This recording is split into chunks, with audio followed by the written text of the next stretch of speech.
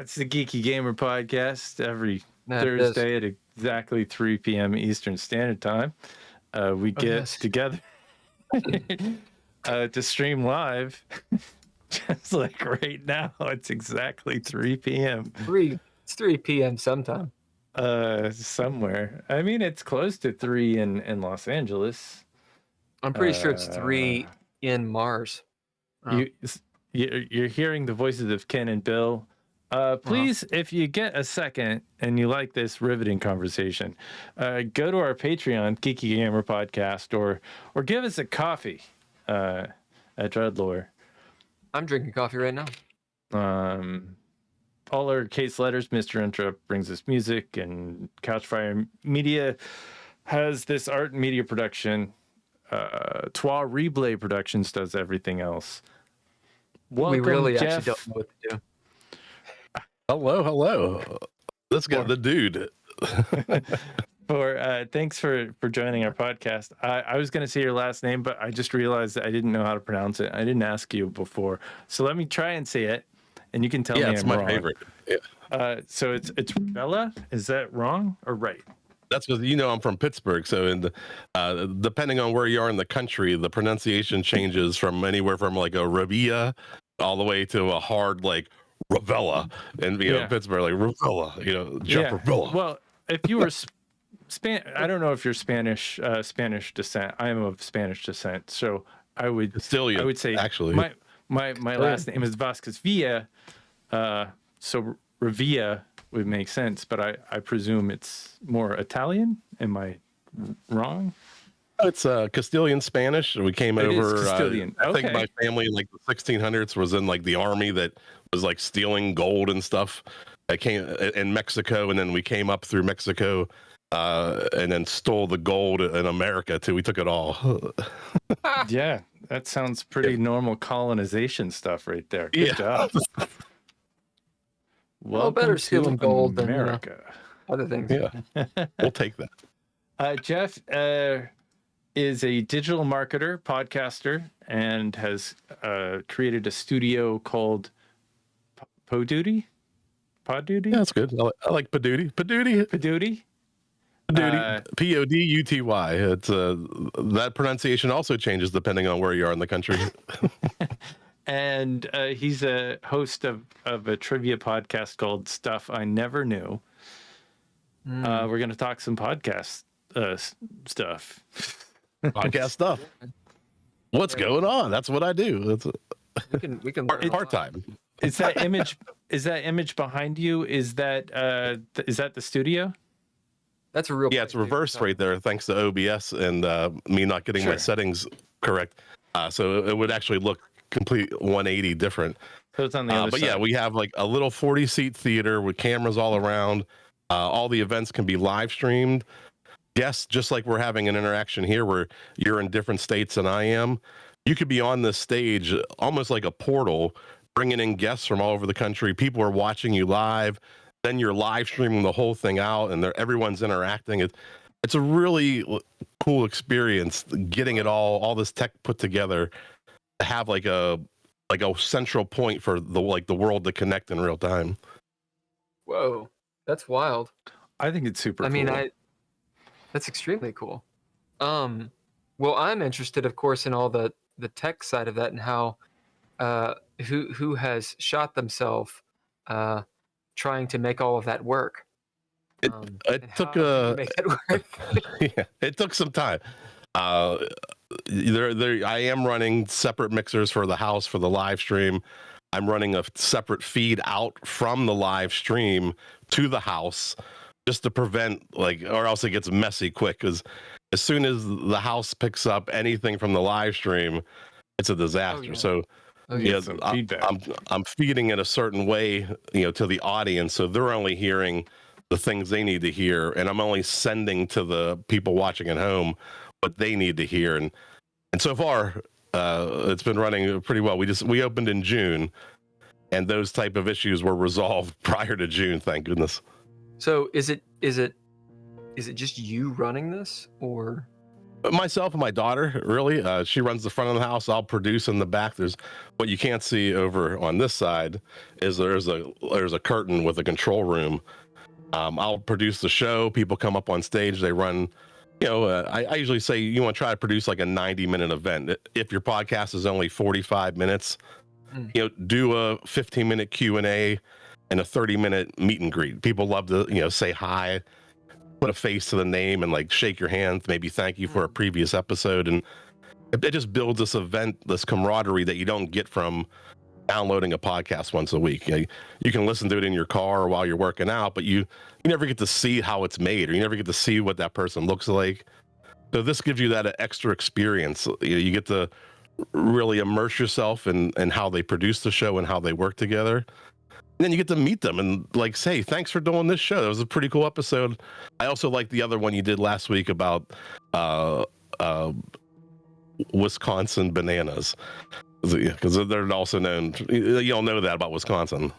I know the second largest banana exporter. I have no idea. I didn't think that was possible because bananas. You got them Wisconsin bananas, man. Yeah, it's true. Warm. That was probably I made that up. The trivia show I host is called Stuff I Never Knew. Yeah. It's really about a guy who doesn't know anything about trivia, hosting contestants who don't know anything about trivia. So That sounds like us it's a in lot our of gamer podcast. It sounds like Balderdash, that game. Yeah. It's actually one of my favorite board games. It's a machine that is used. We know when we play Balderdash in our house, all the men, every like definition is always like a machine that does something, like a machine that scrapes the foam off of ice cream. Or Right. And then it turns out it is. Yeah. So before we get off the world, because I'm kind of I'm geeky about stages and production and stuff like that. How did you manifest this? Like, was it an idea that you had? Did you put your own money into it? Do you have sponsors? Like, how does the space work? No, I'm paying all the bills right now. No sponsor, no private funding. This is a 7-year dream of mine, and it kind of came about. There's a platform and that I launched my trivia show on. It was called Blab in 2015, and either the internet kind of remembers Blab or you don't. And if you do remember Blab, it was this magical time. It was like one of the first 4 in the box live stream had this great social element that would just bring you 30 people to your show within like 3 minutes. You could go live and the Blab community would just converge on your room, hang out. We were playing trivia, and it just had this amazing element. People were slapping the screen, giving props. Things were blowing up. You could shake the screen and make it snow. Like, it was chaos, and it was amazing. And now, it got. Is this it? The Blab podcast? You can get that on Apple Podcasts and. No, it was a platform. It's called blab.im. Blab.im. Blab. I think. Blab. It was a web, but it folded, so you can't find it. It grew so fast and it got unstable, and it just collapsed upon itself. Like, they had no funding, they had no revenue stream. Sure. But it was around for 2 years. Yeah, with a mini startup with no cash, and so, whenever Blab folded, so many people were left searching, like, how do we get that back? I tried, Google Hangouts was a thing back then, and Appear In and Hop In, and a couple other like YouTube Live and Facebook Live started to pop up around then, and nothing really gave you that social, experience that you got with Blab. And so my first idea was, well, if I can't find them, I'm gonna do something. Maybe I could do something in real life, like go do like house parties, like go to a basement, like a raging kegger, or go to a community park and just set up at a pavilion and just like do shows in front of people and see what happens. So I was like, oh, I could do this anywhere, kind of like this theater anywhere. And I built the first like compact thing that would fit in the back of my sedan. It was a couple speakers, a mixer, and some microphones, and a podium, because I have a podium that I wheel around when I do my trivia show. And I was like, I could just take it anywhere, and maybe I can recreate that. And And so I had this put together, and at the same time, a friend of mine was opening a coffee shop and said, "Hey, let's do that event at my coffee shop." I was like, "Okay, well, that's something." And I was like, "Okay, so now maybe I could perform podcasts in front of people." And so we got it all worked out. We're gonna do free tacos, for free drinks, or I think it was $10 included tacos, drinks, and the trivia night. And we scheduled it for March 30th, 2020. We were all ready to go. Oh yeah. Except we were 2 days, 2 weeks too late. Yeah. Ready to go. Nobody showed up. I had my first art showing. I had a whole art gallery dedicated to my art. You know, all 4 walls, the whole front area of this space. I think it was January 16th or 18th or something. It was a big nope. So I get that. It's hundreds of dollars it took to hang everything and put everything up and get all the, and just nothing. Yeah. So yeah, I get it. 2020 comes along, and so what did you do? Well, I had to pivot, right? You can't do public shows anymore for a while. Sure. And so I kept thinking of this concept, like this, how can I think podcasting can be more than just a download that you do every week, like more than a ritual. There's something more to it. It's missing something. And so I had this idea, went from a theater anywhere to an infinite seat theater. So I said, well, what if it's not the box, it's not the size of the room that's limiting my capacity, it's my imagination. So what if I could have like this physical space like I wanted to have at the coffee shop, or at a small bar or theater, but I could live stream it to an audience that it didn't matter how many, because I'm not limited by the capacity of the room that I'm in.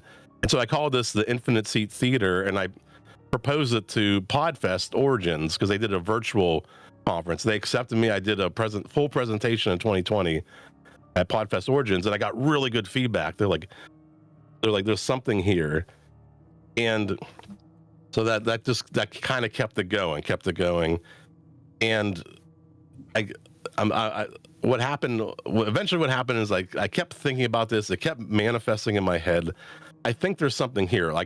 You can really do a small, almost like a TV studio, like a Saturday Night Live. It's almost a copy of Saturday Night Live.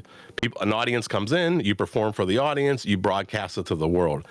And that's really what this is. It's a little, Studio 32, whatever they call it in Saturday Night Live. And I was turning 48, and I was like, this idea has been in my head now. I need to know if this is a thing or not. It's driving me crazy. And so I said, I need to know by the time I'm 50. That'll be it. It'll be a thing or it's not a thing. I'll give myself 2 years. So fast forward to, that was 2020 when I did the presentation. 2023, I started piecing stuff together. I was buying those orange chairs I bought for $2 a piece from a Catholic school. I bought all this pipe and drape from auctions. And I just started piecing all these things. My whole basement was filled. I got the stage from a karate school. Nice. And so I was piecing it all together. And when I spent about 18 months looking for buildings. Like, I'm in a town called New Kensington. This is the birthplace of aluminum, if you ever need a little history there.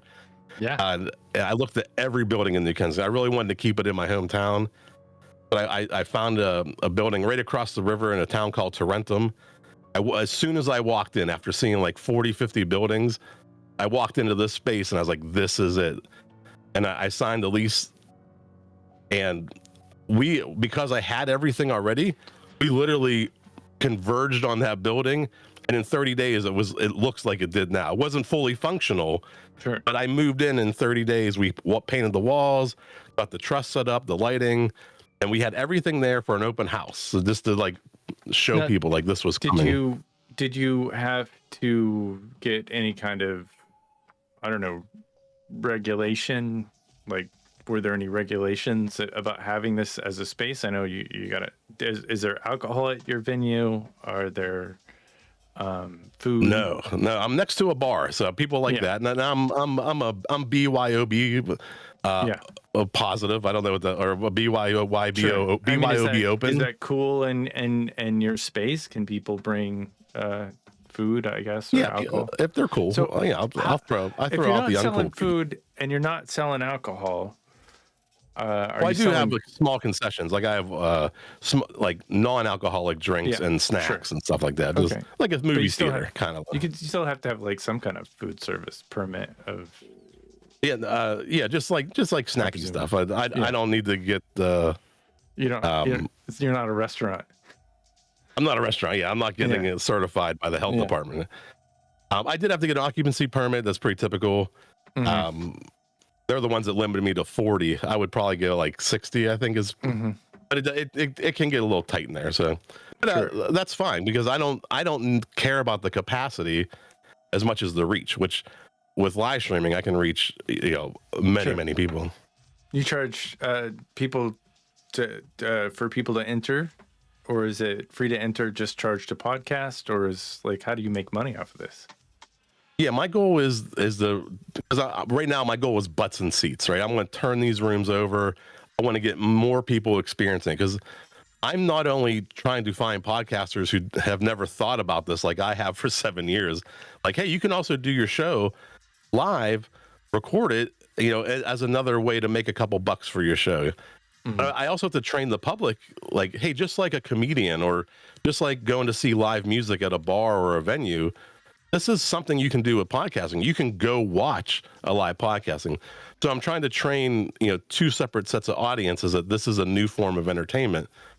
And my goal is turning over butts and seats. And to do that, I would take all the risk out of the content creators. If you want to come in and do your podcast, there's no charge up front. There's no hidden costs, no minimum.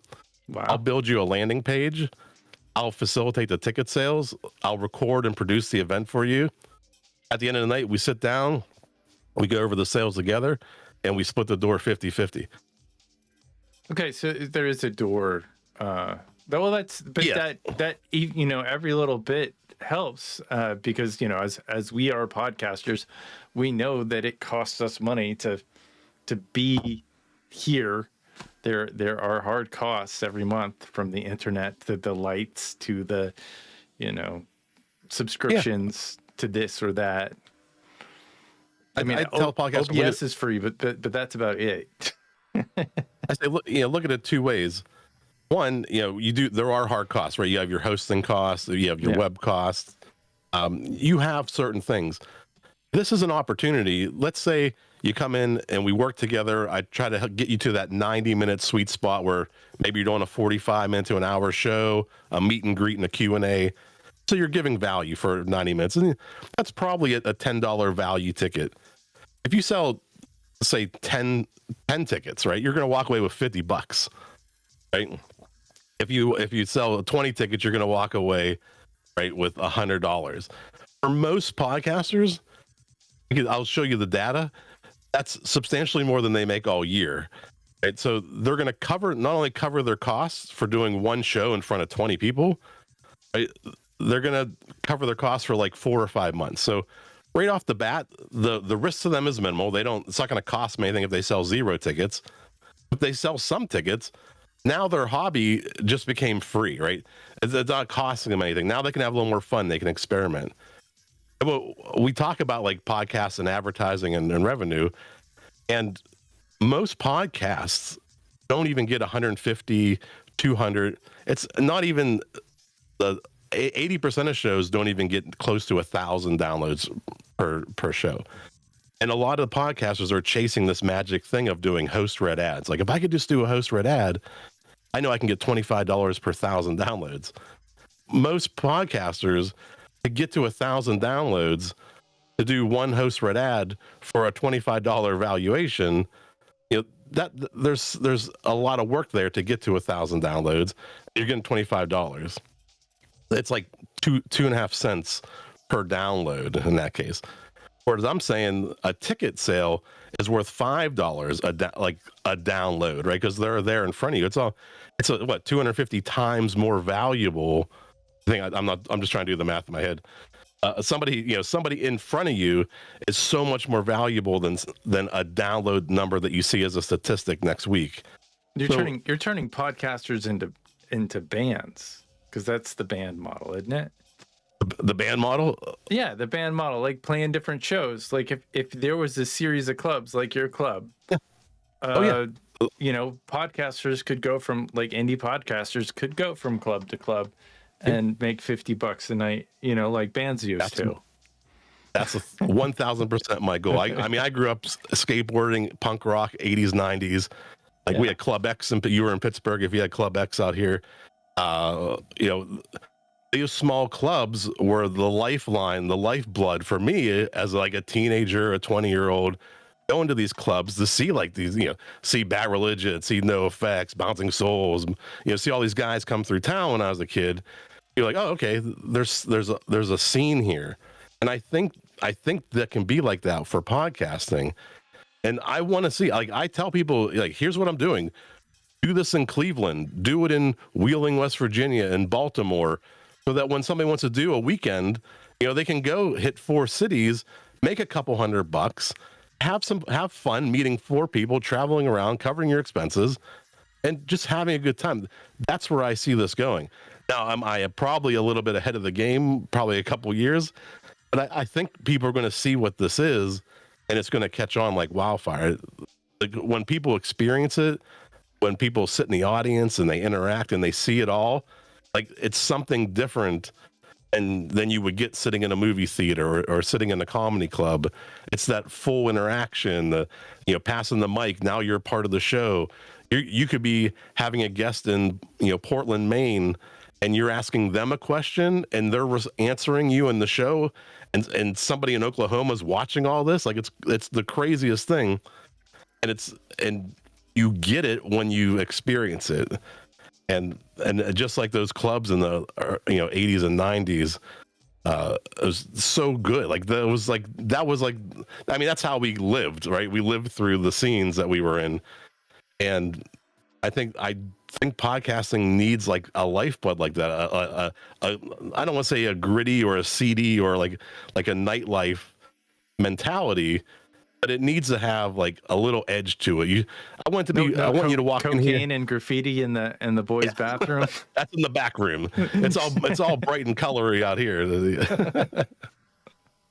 Yeah, but I want it to have an edge. I want it to be fun. I want you to feel because if you walked into the Club X in Pittsburgh, I don't think there was a light on in that place. Every wall and ceiling and the floor were painted black.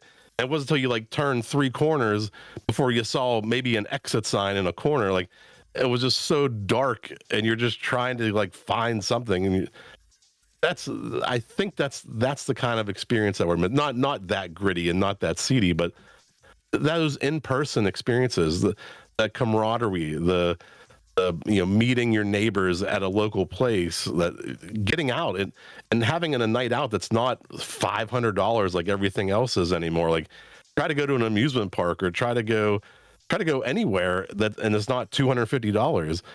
This is a third space that the community can converge on. Sometimes there's shows that have engaging dialogue maybe about the community. Sometimes it's political, sometimes it's comedy, sometimes it's a game show. But there's like TV, there's a channel for everybody. And it's just, I think it's something that's really missing in our society, is having a space that's a common space. It's a fun, safe space.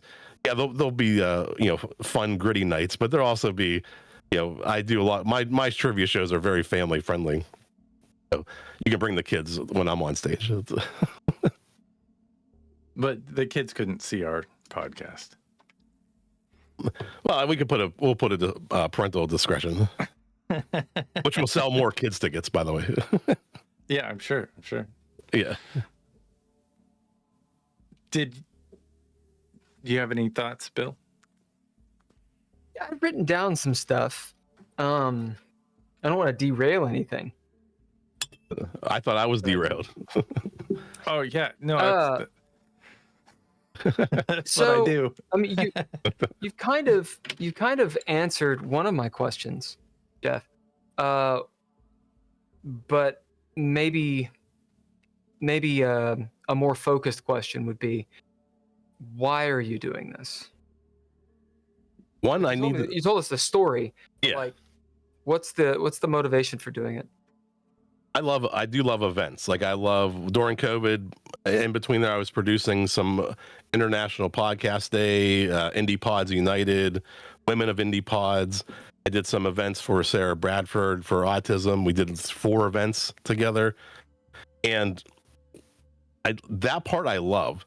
And I also, prior to COVID, loved going to conferences like Content Marketing World. Automotive has one called NADA. It was fun. Like it's fun. But I started looking at the math of conferences, and it's to me, it's like when I see like the movement of tickets being exchanged for a service, especially, you start to look at the math behind everything. So I love that. I love the events model, and I love DIY. Like I love producing everything myself. So I was like, well, I actually, what I can do now is have one person host a conference for 1,000 people, and my scale is infinite. Like I don't have to rent a hotel room. I don't have to, bring in stagehands and lighting crews and audio and video tech. I go into the stage, I flip the switch, like we have the switcher for the cameras, and we now have the ability to produce a live show, a live conference for 1 or 10,000 people. So for me, I can go from whatever my monthly expenses are, my rent, my utilities, and I have nothing additional other than processing fee per ticket, right?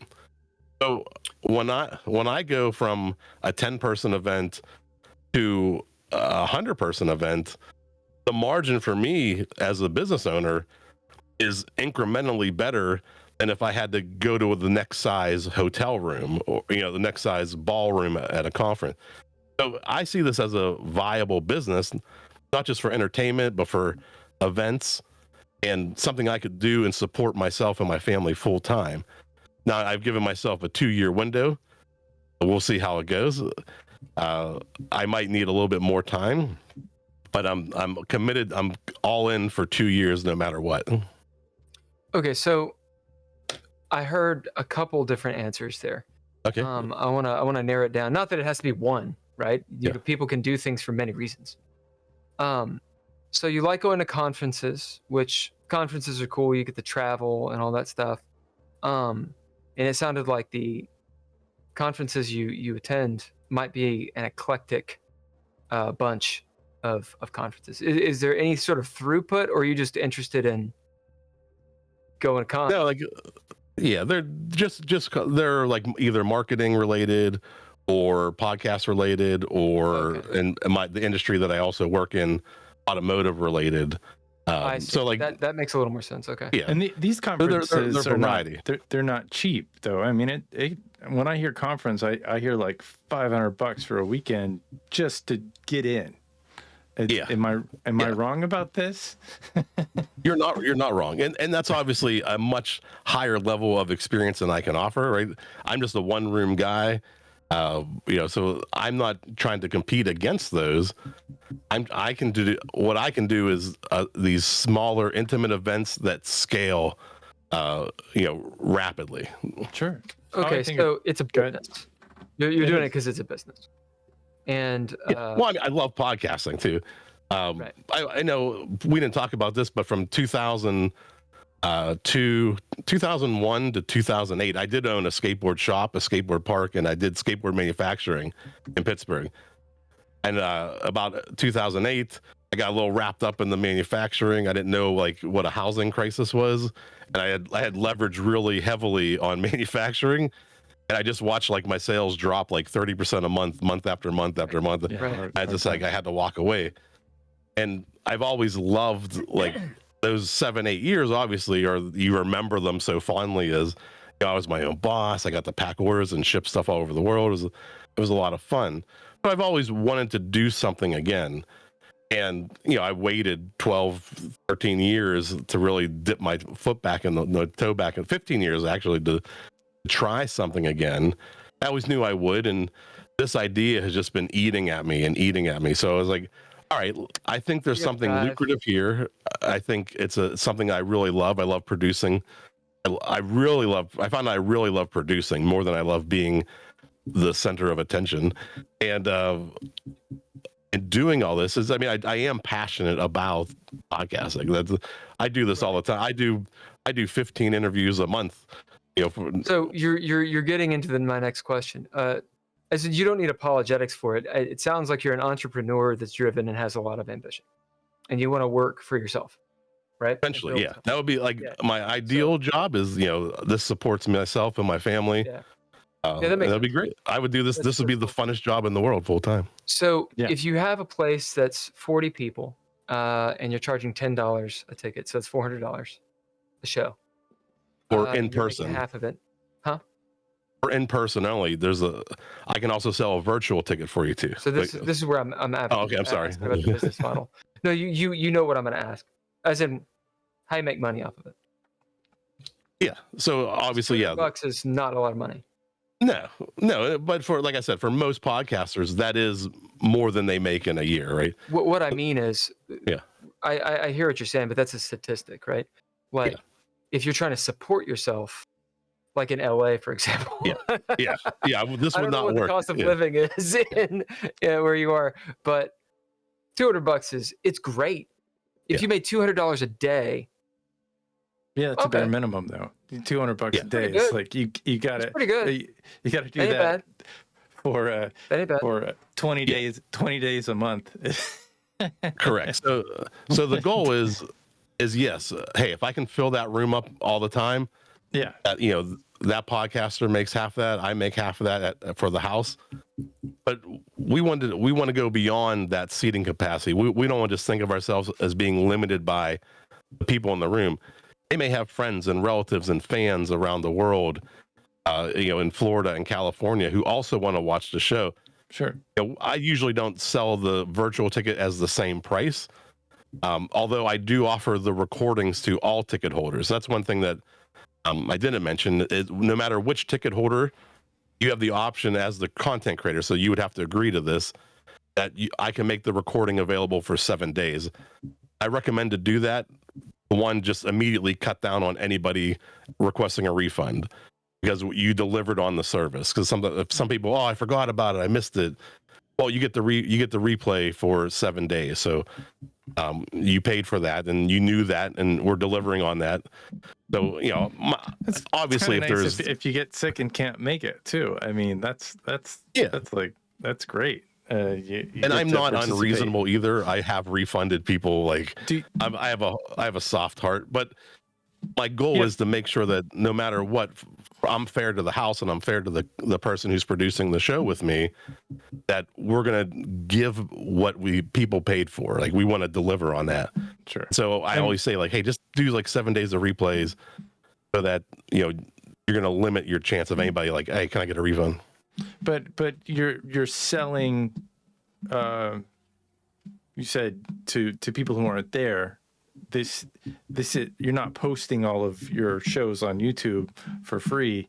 You're actually selling tickets to see the that is built and that's built in your model as well. What is your platform that you use to sell your? Sure, I use a platform called Event Create. It's phenomenal. It's not much per year. It probably breaks down to $40-$50 a month to be able to produce and sell your own tickets and not get butchered by the fees of some of those other ticket brokers. You're in complete control. You're building your own landing pages. You're facilitating your own ticket sales. Everything about it. It's a tremendous platform for anybody who wants to do and sell. I don't get a cut. I don't have an affiliate link or anything. It's just called Event Create. If you're like a DIY guy who wants to produce and sell your own tickets, check them out. So when I build that and you purchase your ticket, you'll get your receipt and you'll get a link. Well, you'll get a link to watch the show. So we don't ever publish, and I always tell the people who I'm producing the show for, do not publish this link. This link is how people will watch the show. And you'll get that link in your email. So when it's time for the show, that link goes active. People from anywhere can watch. People can actually be in the theater because they also have that link. They can be watching the show like, oh, I'm gonna go next door and get a beer, it's Yeah, like you kind of stick your like you earbud pull- in and you pull up live on your stream it. phone, you walk Yeah. over next door, you never miss anything. You're watching it at the bar, drinking a beer, That's and then you cool. come back out, you sneak in, like, oh, I hope they didn't see me. So after 7 days, it's gone to the ether. Are you saving it, or what's going on? It's saved, and I download it and I give it all back to the podcast. I don't take any ownership over any of the content. That's theirs. I say, hey, it'd be cool. I tell people, hey, start saying, hey, we got to do our show live on the main stage at the Poduty Live Podcast Theater in downtown Tarentum. That immediately gives them a level of credibility that they didn't have. And in turn, it's going to promote the venue a little bit. Yeah, and I know that Bill and I would love to do a show there if we're ever in Pittsburgh. Come to Pittsburgh. Yeah. Yeah. That'd be great. Run a game or something. That'd be badass. Yeah, run a game. It's already do a booked. live, we'll do a live game. So let's say we came in and we ran a live game, right? Like the system that I created, we get a few people, we play in front of people, and then maybe have some interactions and Q&A and this whole thing. Some people have done this before, specifically with like I think D&D, Dungeons and Dragons. Critical Role I want to has say done a lot of that. Yeah, Critical Role did it. Harmon Quest, I think, did it. Yeah. With a lot of alcohol. Yeah. But let's say we did that, and it's like 2 months later. You've given us the CD because we're all old, and what do we do with it? Can we throw it on YouTube? Can we? Oh yeah. It's kind of it's 100% yours to do with whatever you want to do with it. If you want to throw it away, I'll be sad and never share it again. But most people release it as an episode of their podcast. You can put it as a video. So we were talking about like revenue ideas, right? I'm saying instead of do you need to handle all the recording yourself? No, I think that you could think of recording as a revenue stream, right? You could produce this live, make a couple bucks while you're recording it. If you have a system where you're already getting revenue on your podcast, now when you get that audio file back from the live show, then you plug it in as your MP3, you insert your ads into that. Now you're selling ads on the audio version of the show. So now you kind of trickles down like the ad stream, the different ways you're making money based off these different components of how you've recorded.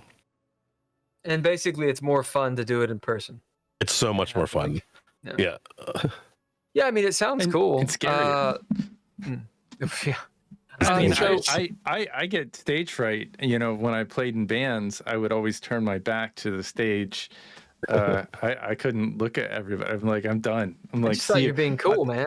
The internet, on the other hand, like I feel like my back is already to the stage, and I see myself on the camera, but I feel like the judgment isn't as instantaneous. Whereas if you're gonna find that judgment in the comments. You're podcasting so in front of people. Yeah. So I had another question, unless Ken, you had something now. No, I was just talking about me. What kind of type or what types of guests are you looking for? Like, obviously you're open to whatever, but yeah, what's sort of where do you see it being? I haven't said no to anybody yet. So I really want this to be a community space. I really want it to be a voice of the community, all kinds of different perspectives, different thoughts. I'm a goofy guy. Like I'm a little bit loose, like, comedy wise, not morals. I'm a little bit loose with my morals. But I want it to be a fun, goofy place. The more that we're laughing and having fun and, you're bringing tears to your eyes because you're witnessing something that you've never seen done before in front of you. Like there's a front of the house where we have our lobby where I want to have a hall of fame where these moments that we've captured, we start to hang up photos from those moments. I mean, I think that public access has gone away. Like cable TV used to have a channel for anybody to get up and be able to access and create their own movies or, do their own news shows, or talk about anything they want. and that is over. So to me, what you're doing in a lot of ways is almost like fulfilling a community service, kind of giving the community access to not have to be a technically savvy person, but just bring their issues or their thoughts to it is like DIY public access. Like that's what it is. I mean, we've done fundraisers for animal shelters. There's a local magazine. We're going to do a launch party for them, or come in and they'll take the stage, talk about the articles in the magazine, interview the authors. We'll have this event based around. We've had a guy who was like an anti-vaxxer, did like an anti-vaxxer rally for the 3 years of getting fired for not getting the shot, right? We've had all kinds of different things, and I love that. Like, it should be different every night, and sometimes it should be a surprise of what you're seeing, but it should be like a good time. You should want to come back. So how are you marketing this to your community? It sounds like you're immersed and people know who you are. If you're getting different acts in there, do you put out advertising saying, hey, come do this, and local zines, or are you doing advertising on like the community Visit Pittsburgh website? I mean, or is it all of the above? Little bits of that. I do some social ads. The things that have really worked the last 2 months for me are these meetups. I did a Pittsburgh podcast meetup, and I'm on Saturday, I'm doing a global podcast meetup. And I'm getting like 30 to 50 podcasters signing up. And so my goal is, every time I've only done 2 of the Pittsburgh ones, but if I get 30 people there, if I can spin off 2 or 3 as shows, that's my goal. I'm doing 4 to 6 shows a month right now. To get to like 2 to 4 shows a week, that's going to be my goal. And I think I'm going to get there through these meetups. They're really starting to get traction. They're really starting to get people talking about the place. And it's not, and while they're there, I'm demonstrating the capabilities of the theater to the podcasters. So now they see it, they're experiencing it, and they're like, oh, this is a very unique experience. And now they're following up, and we're booking shows that way too. Is this audio and video? Or audio? The Pittsburgh one is in person only. You have to be there. Mm-hmm. But the global podcast meetup is audio and video, live stream, all free. There's no charge for the tickets. Eventually, I hope to get some sponsors for those ones. Yeah. And the I can't do this free forever, but 2010, 2011. Yeah, it was you gotta make money somehow. At some point, yeah. I was doing 6 podcasts. We had funding, but I was doing 6 different podcasts a week, and that was a grind. It was too much to even keep up with all the production. I think that computers are better than they were 15 years ago, but I mean, how do you keep up? Well, when I produce for somebody, I don't do the editing. I have a Roland VR 6 HD that I'm switching between the 6 cameras, the 6 audio sources. I'm recording it through the live streaming service, and I download the MP4. I download the MP3s, plus if they have any virtual guests, I got individual MP3 tracks for them, and then whoop, I slide that. Yeah, there's no post. There's no uploading. Yeah, there's no meta game. There's no cutting shorts. There's none of that extra. Yeah, I'm not even running it through Levelator for them. Like they're on their own. Yeah. They got the output. Yeah, I mean, I'm providing. I think I'm giving a very good value-added service for what I'm asking for. I think if you were to just go to a place like this to rent it, you're probably at $75 to $100 an hour, to rent a space like this. So sure, my goal is to take the risk out of the podcasters so that more podcasters want to come through the door and keep getting the volume, getting the butts in the seats, turning over the room. And get the momentum going. What about meetings? I mean, just for business community people. I know this isn't podcasting, but having a business meeting where it seems like you have some space, you could that could be a potential. I know that that's not good for podcasting, but do you do any kind of meeting space So like that? yeah, More private. what are you gonna do during the daytime? Oh, sorry. Yeah, no, like a more private Sorry. kind of meeting space, sort of. Do you charge for something like that, or is there rental? Yeah, I do $50 rentals. I've done a lot of those, $50 an hour. Yeah. And the stage has full HDMI capability, and behind the blue curtain in the middle there's a 72-inch TV. So you can plug in your laptop, your slides pop up on the TV. I have a clear acrylic podium you can stand behind. You want to do a sales presentation or training your team about something, or HR had an incident, we got to alert the people about things you can and cannot say, that kind of thing. You could come in and do that. Or if you were a corporation that decided, hey, I'm not going to renew any of my leases because nobody's coming to work, and you have a completely virtual staff, you could come in, do a presentation to your whole entire organization from here, and just they could be watching it from wherever they're at. So if they're a fully remote workforce, you could do a presentation like that here. Does that stuff pop up? Does that exist? What's that? Does that stuff pop up? Have you rented it in that capacity before? I've rented it for for TV production. Somebody came in. I don't know if I could say what they were doing. They were recording something for a big game that's coming up. It's like people submit things to be included in something that happens during the big game. And I've had one person come in. He was a film production, very, very big in the area, and his idea was to do a birthday party for himself and do adult camping. So we pulled out all the chairs, and his friends came in with camping chairs, and the sound system is ridiculous. He watched Deadpool. The whole room was just boom. You can see there's metal on the roof, like accents.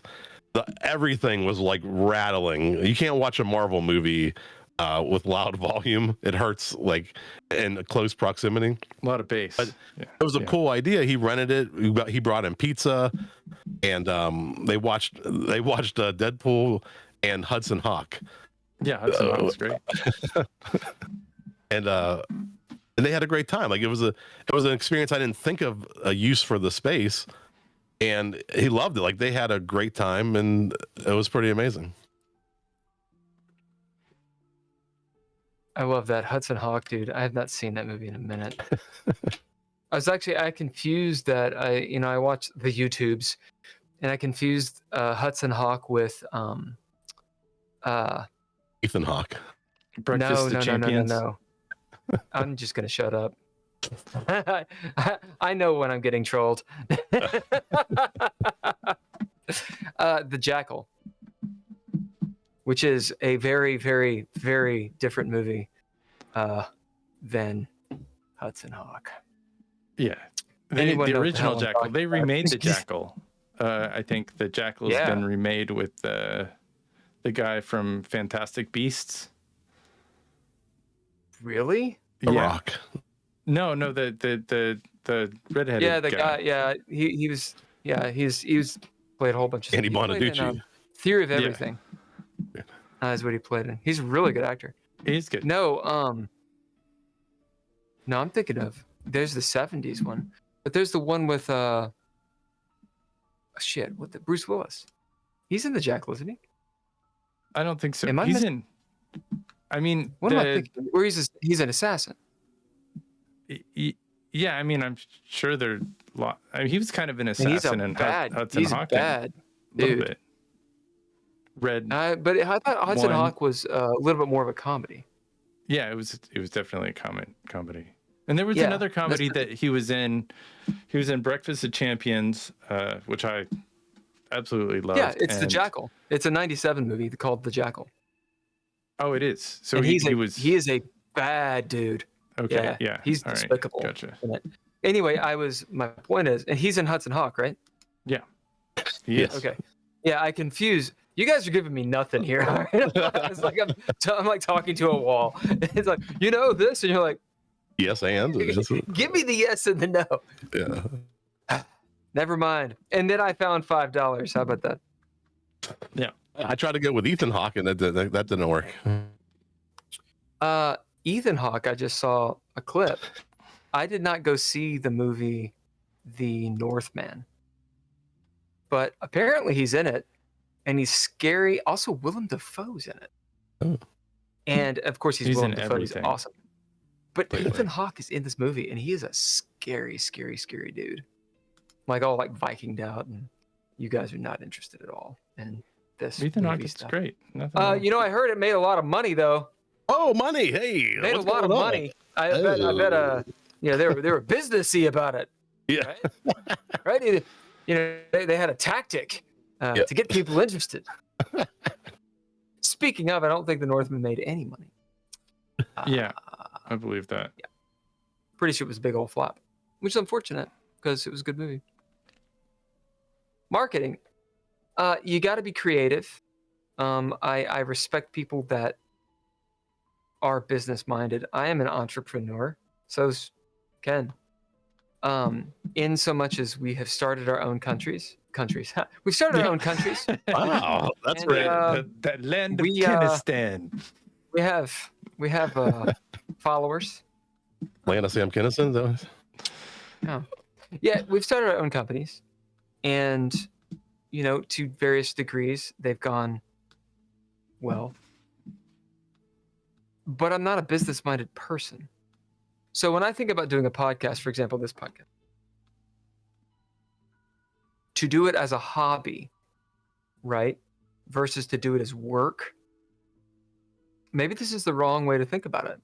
It sounds like for you, this is a passion and a hobby and all these things, but that's all kind of rolled into one because you're going to make money off of it and grow it, and it's going to be the thing that the breadwinner, right? Yeah, I think you can have fun, and if you can figure out like how that fun pays the bills, like what could be purer, like, or what could be a better way to spend your time on this earth than doing something you love, makes you happy.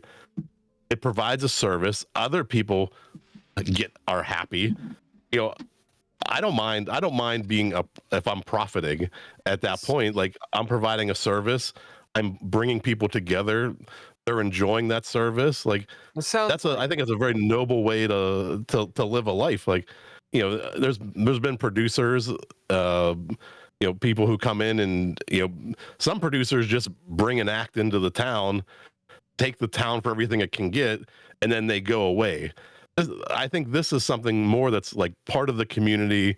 It's woven into the probably, you know, eventually different ages and the different generations of a community will see this space in a different way, and they'll interact and they'll cross roads here and have a good time with it. And that to me just like warms me up. Like, okay, I am making a business out of it, but I think the return back to the community is greater than what I'm taking. Well, I had a joke, but then you had to, you know. I had to get all sentimental. Yeah. So well. let's go down that sentimental path. What are the risks? What is hard about what you're doing? What are the It's the momentum. Like the first from June through like November, I was doing shows by myself in an empty audience, right? I'd live stream. I have more of a presence online, so I might have 20, 30 people watching online. I'm secretly on stage by myself while my daughter's producing in the theater, because people don't know locally to come to this podcast theater. And now through these events that I've been doing, that momentum has completely changed just in the last 60, 90 days. That's been a big thing. We did a 2-day live stream. those events didn't just happen. You manufactured this stuff. You got out there and kind of hustled, and I use hustle as a pretty generic term for reached out to the community, said, hey, this exists. They didn't just happen. Yeah, like I would like the shows I'm talking about, like my trivia show, and I do like almost like a star search for podcasters called Rise and Outshine. Like these two shows, I'll do with the front door locked, and I'm just on stage, doing my thing, and it's just me. Like and sometimes it's still fun to do it, but you turn the lights out at night, and you're like, what am I doing? Like sometimes I think I'm insane. But then I have like the animal fundraiser came in, and within like a 90-minute show, we raised $800, and I was like, okay, awesome. People, they had a great time. These animal shelters are getting some money. So, I did something for the community. That felt great.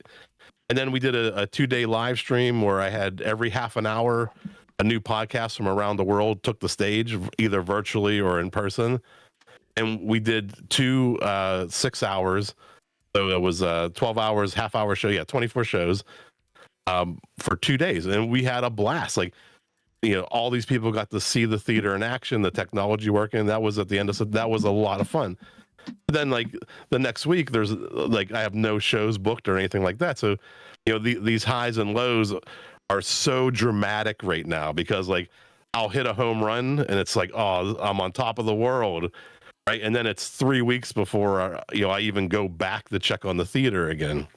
Yeah. So like the spacing and the early successes is far apart, but it's the wavelength starting to get closer and a little more steady.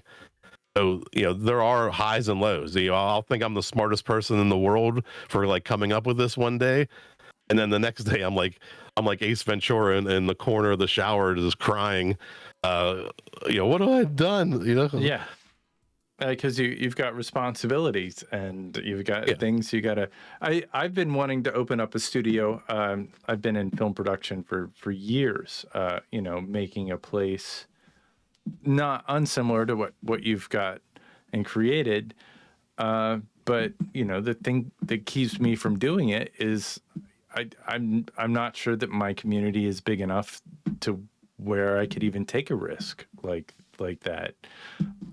It's not about the equipment. I have the equipment. I got plenty of cameras. I have the knowledge.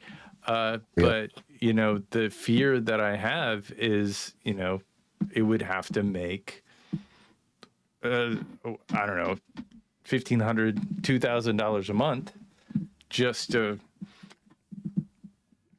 break even.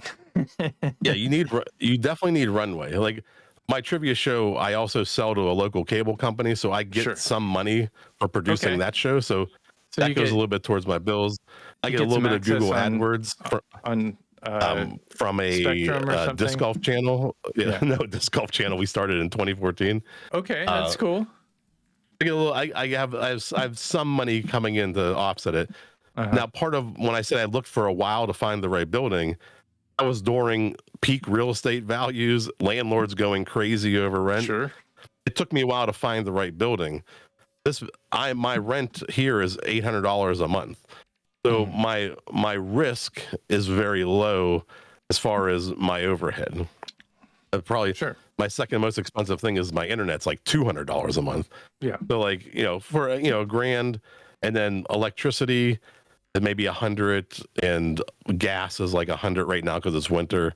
So I'm probably about 1,200 all in for all my expenses, which isn't terrible with some of the offset that I have. Sure. I built up I built runway into this. I initially thought it was 6 to 9 months of runway, but it's probably going to be closer to like a year to 15 months of runway that I'm going to really need. So, I knew, make sure you have at least 9 months. That was originally my maximum. Sure. But you really have to work this from both angles. The public, like, hey, this is a place for you to go to have a new form of entertainment. And you got to find podcasters who are willing to come out of their basement into the lights, right? And go to a stage and perform their show in front of an audience. So you need people to play. Yeah.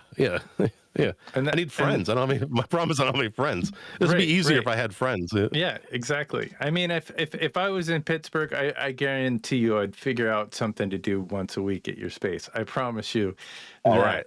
I would love to have a space like that here. I'm telling you, like it's a real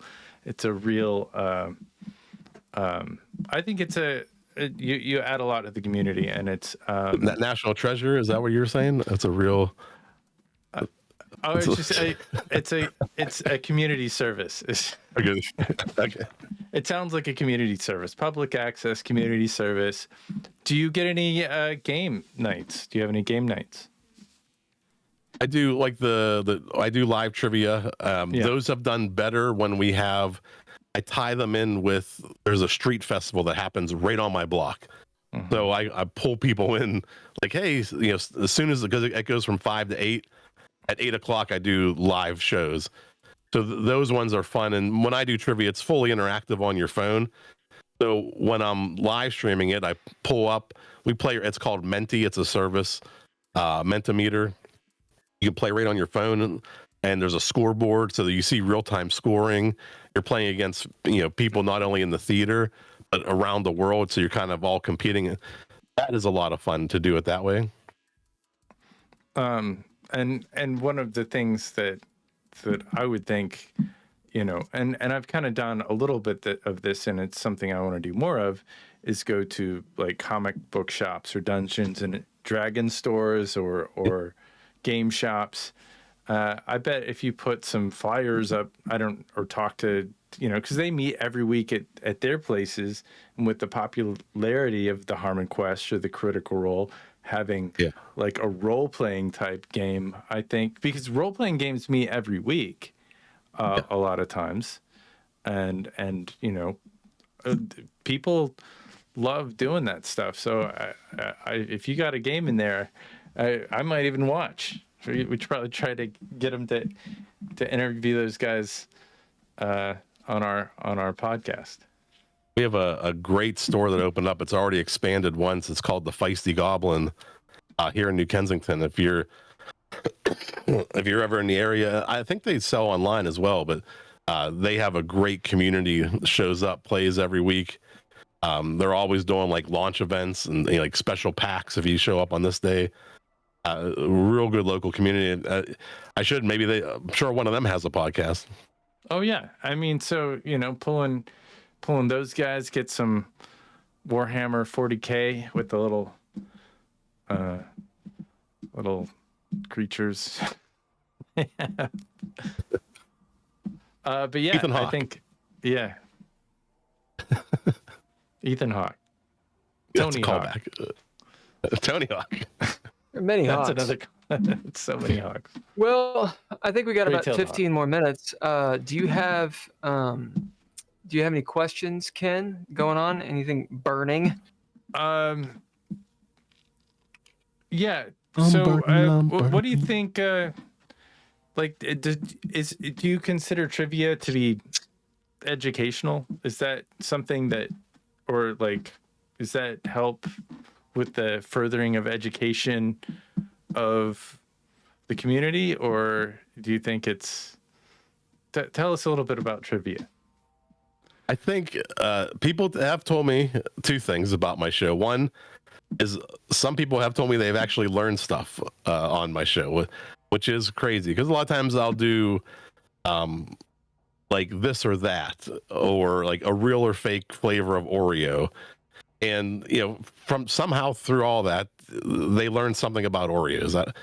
I don't think you learn more, but it's a form of entertainment. And the thing that I learned early on when I started writing questions for the show was, they were just straight like trivia questions when I started. Like, it wasn't even like, it was like you could pull one from Trivial Pursuit. That was probably a question that I would have asked. And what I learned was it didn't matter like who was playing. Any question at any moment asked in the right way can create this amazing deer in the headlights effect. So I've learned that if I can ask a question a certain way, if I can just get the contestant to slightly second guess themselves, it's a much more entertaining show. Like on the last episode, because I'm on the Armstrong Neighborhood channel, we had 3 guests that were all other hosts on the Armstrong Neighborhood channel, and we all share the same producer, David Fedor. And so in round 1, I played the game. Who said this? Was it our producer, David Fedor, or comedian legend Dave Chappelle? So I read you a quote. You have to tell me, did Dave Chappelle say that or David Fedor? And I wrote all 9 of the questions, so they were all Dave Chappelle. The answer was never going to be David Fedor. I would never give my producer that kind of acknowledgement.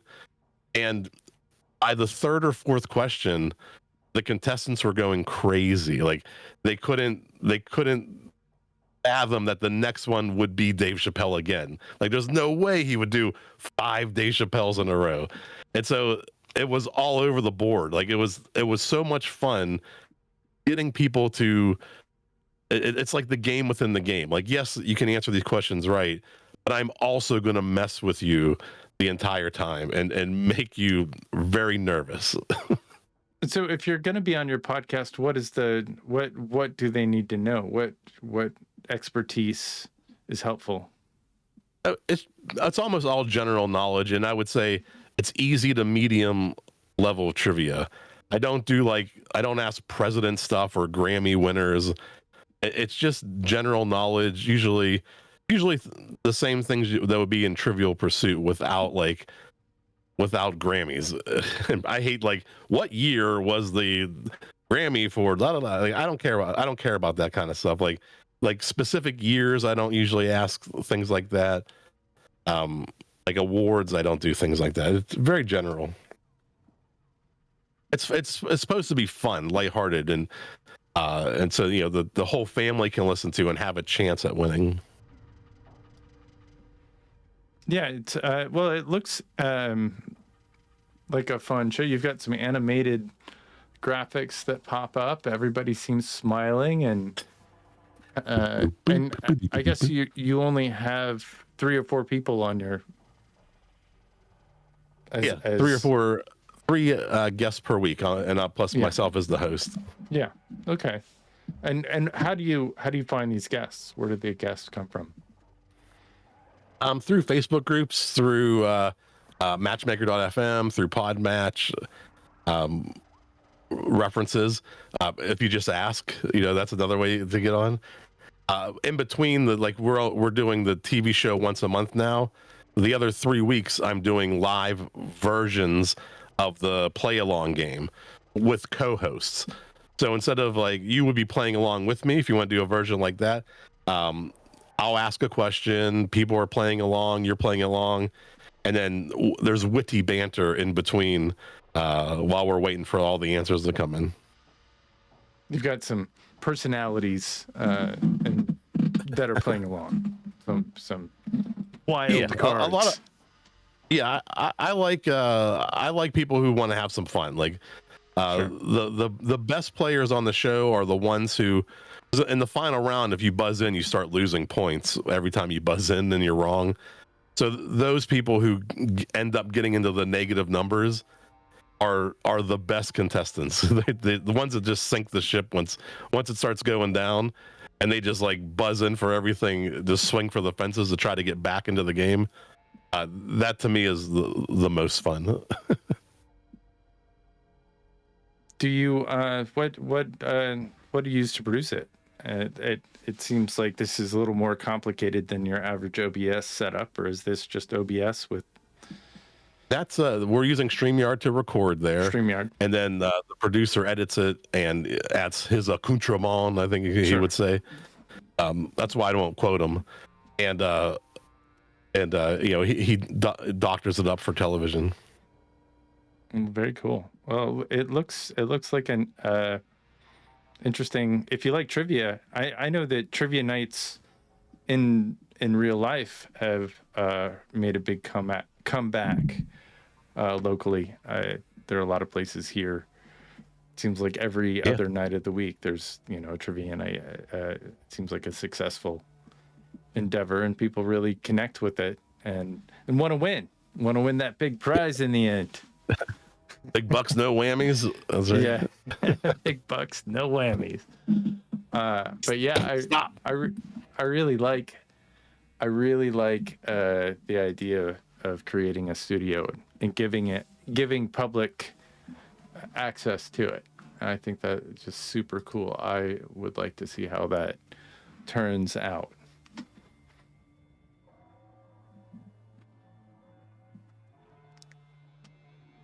Wait, was that me? Nope, that was just me saying something. I was waiting until Bill said. Do you have any more thoughts, Bill? Yeah, I'm just distracted. Sorry. No, I had a couple questions, but it's all been answered. It's all been answered. Wow. I mean, like, You've answered not the it. direct questions. Yeah. Not the direct questions, but I thought when you first started talking about what you were doing, I thought that you were going a different direction with it. And upon you continue to talk about it, I was like, oh, okay. So let's mark that off. Should I give a clap or a scream on that one? On the sound effect? I was gonna say it. The note Both. that I have written down is it's too good to be true, right? Like, Yeah, I'm insane. I think that you don't. the business model right now is crazy. Right. And I'm well aware of that. And I want it because I want to flip over the room so much. And I want to get butts in the seats. And I apologize if I cut you off too soon. I thought this was what you were asking is. Yeah, no, that's fine. That's fine. It should. And that's why I stacked on the value add. Now, there's a couple things will change with that. As the room fills up, as more shows book, it's not always going to be a no minimum type thing. There's going to be a supply and demand. There will be at some point, there will be maybe $100 minimum or $200, no matter what, because I already have 5 shows booked that week. If you want to play on a Friday night, you might have to do a 200 minimum or something. Like, you have to guarantee, like, it'd be like a reverse guarantee. Whereas if you were a musician booking a room, you would say, I'll play your room, but you guarantee me 500. I would kind of flip that, where you come in with your podcast, you play my room, but you guarantee the room 200 in sales, and then we're good. We'll split the rest after that. Which is pretty general for, yeah. Yeah, so, which is fun. That, but it's still kind of removing the risk up front. Right. Well, the podcasters have to bring their audience typically, because that's the way that bands work. It seems like if I go out with my band, I gotta bring the audience, because otherwise nobody's gonna show. I mean, yeah, very similar. And as my base grows too, those fans will start to trickle into other little shows here and there, and all those little shows will start to grow up. And the other way the model changes too, which I didn't really say, to be fair to the creators, the podcasters that come into the studio, it's not fair if somebody comes in, they start selling 10, they start selling 20 tickets, and then, in 6 months they're selling 400 tickets. It's not fair for the house to still take 50% of that. If the ticket sales grow, and the split will move into the favor of the podcaster. So if you come in, you sell a couple hundred tickets, it'll go to like a 60-40 split or a 70-30 split, where they're taking a much higher percent of the overall ticket. But there's only a certain amount that the house is comfortable taking before they'll just never come back or never play. Like the fee can't be so high. It's egregious. They're clearly the talent that's drawing the ticket sales. I don't deserve 50% of that in perpetuity. Right. Well, Ken, you got any more questions? Has community theater ever checked in? I mean, it seems like a really good place to have a play. Yeah. Not yet. It's like a little spoken word or like a monologue. Like some really stripped down Shakespeare. Yeah. Something. Love letters. Yeah. Yeah. Do you have any last thoughts, anecdote? Uh, A joke. Well, I always say, live life like Bill S. Preston Esquire and Ted Theodore Logan.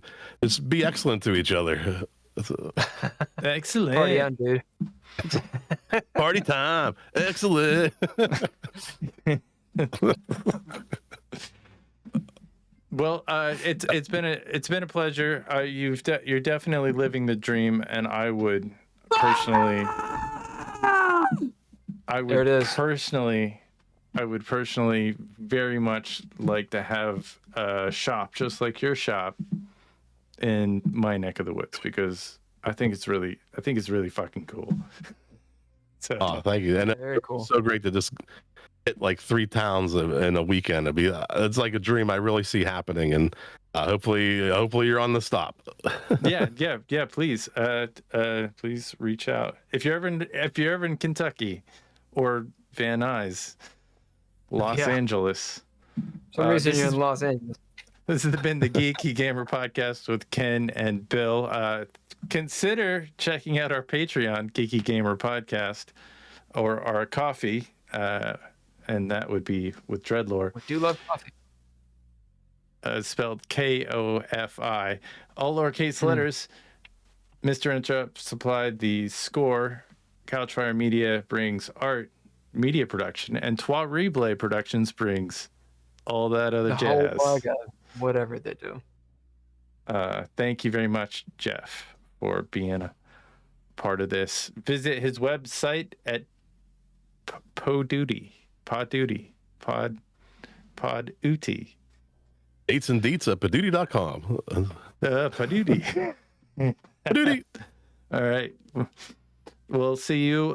We'll see you soon. Look forward to hearing more. If anything else pops up, if there's any kind of thing that you want us to participate in, I am definitely interested. Let's make it happen. And we are done.